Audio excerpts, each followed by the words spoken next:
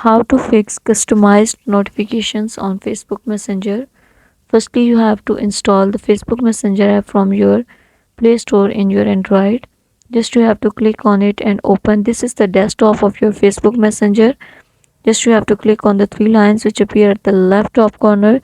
There is a gear option. Just you have to click on this gear option and you have to scroll this far. There is an option of notifications and the sound. Just you have to click on it. Before customize notifications, make sure watch the complete video and follow each step carefully to avoid forgetting anything and making mistakes. Click on customized notifications.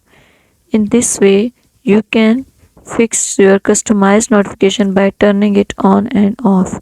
When you turn it on, you will get your customized notifications, and when you turn it off, you will not able to get your customized notifications on Facebook Messenger.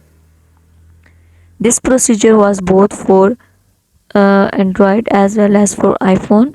Please consider showing your support by commenting, liking, sharing, and subscribing to our channel for more valuable content in the future. Your engagement is highly appreciated. I wish you very good luck. Thanks.